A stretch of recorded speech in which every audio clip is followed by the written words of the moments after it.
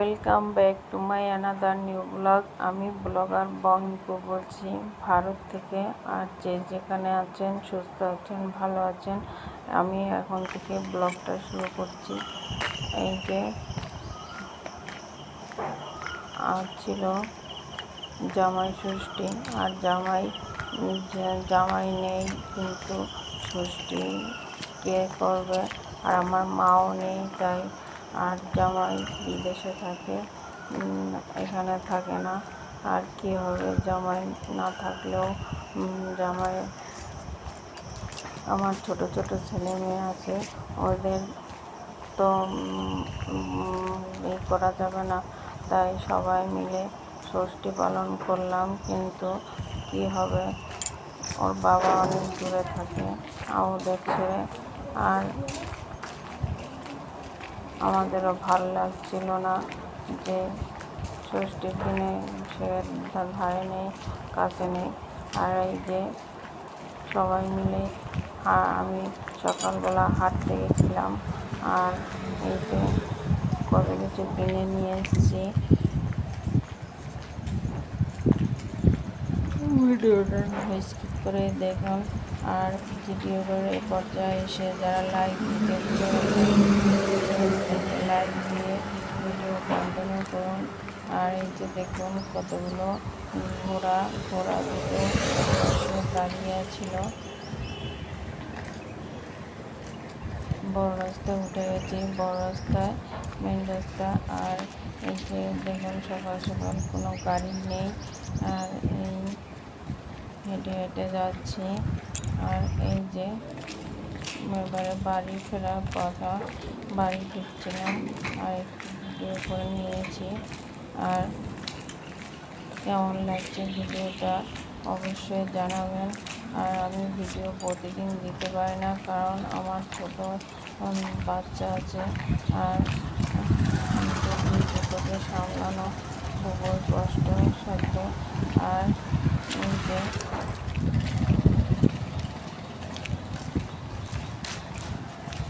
এসে দেখুন তরমুজ কেটে খেয়ে নিয়েছি, তরমুজ।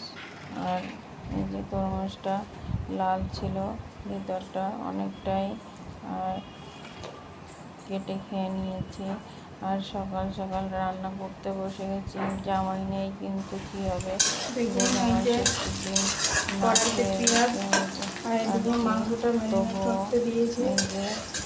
খাসির মাংসটা আমি ভালো করে কষিয়ে ভালো করে রান্না করেছি, আর খেতে খুব সুন্দর হয়েছে। আমার ষষ্ঠীর দিন আমি ভিডিওটা পরের দিন দিচ্ছি। এবারে ঢেকে এই যে মাংসটা দিয়েও দিয়েছি। এরপর এদিকে আলুটাকে ভালো করে ভেজে নিচ্ছি।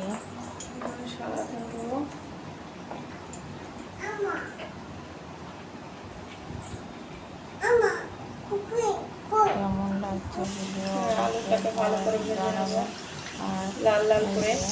আর এটা আলুগুলো ভাজা হয়ে গেছে। আর নিয়ে কতগুলো চিংড়ি মাছ রেখেছিল ছোটো ছোটো, সেই চিংড়ি মাছগুলোকে ও এই যে মাংসটা অনেকটাই হয়ে গেছিলো। আর এদিকে মেয়ে দেখুন, মেয়ে কী করছে, মেয়ে ওই পাশে চিংড়ি মাছগুলোকে রান্না করছিল। আর আমাকে বলছিল, মা একটু ভিডিও করো, তাই ভিডিও করলাম। আর এই যে দেখুন মাংস হাফ হয়ে এসছে, এখনও কষানো হয়নি। আর কষাতে আর খাসির মাংস অনেকটাই শক্ত, আর তার জন্য কষিয়ে ভালো করে রান্না করতে হবে। আর মাংসের কালারটা কেমন হয়েছে অবশ্যই কমেন্ট করে জানাবেন। আর এই যে দেখুন মাংস অনেকটাই কষিয়ে নিয়েছি অনেকটাই। আর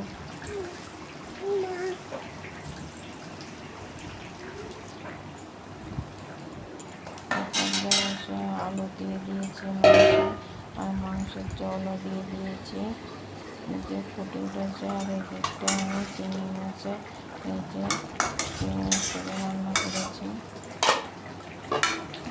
ভিডিও কেমন লাগছে অবশ্যই। আর এটা বাসন্তী পোলাও রান্না করেছি, তো করেছিলাম চাটনিটাও বেশ ভালো হয়েছিল। আর এই যে আমের চাটনি, এই যে দেখুন পুরো ভাত বেড়ে নিয়ে এসেছি, আর এর সাথে আম জাম এসব ছিল।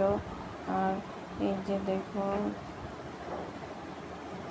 ওর বাবা নেই কাছে, কিন্তু কি করব, তাই আর ছেলে মেয়েকে নিয়েই ষষ্ঠী কাটালাম।